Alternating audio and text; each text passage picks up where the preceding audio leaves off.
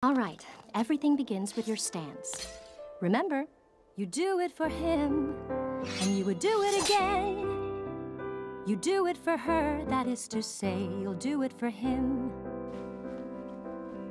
Keep your stance wide, keep your body lowered. As you're moving forward, balance is the key.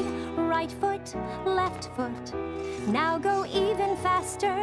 And as you're moving backwards, keep your eyes on me. Keep my stance wide. Good. Keep my body lowered. Right. As I'm moving forward. Concentrate. Don't you want him to live? Right foot, left foot. Yes, but put your whole body into it. Everything you have, everything you are, you've got to give. On the battlefield, when everything is chaos, and you have nothing but the way you feel, your strategy and a sword. You just think about the life you'll have together after the war. And then you do it for her. That's how you know you can win. You do it for her, that is to say, you'll do it for him.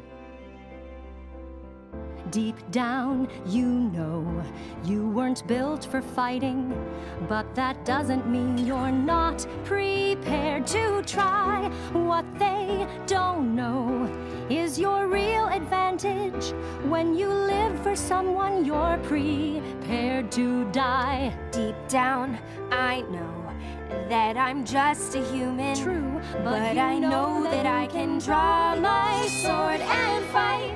With my short existence, good, I can make a difference. Yes, excellent. I can be there for him. I can be his knight. I can do it for him. You do it for her. Okay, now do that again. Yes, ma'am. You do it for her, and now you say, I'll do it for him.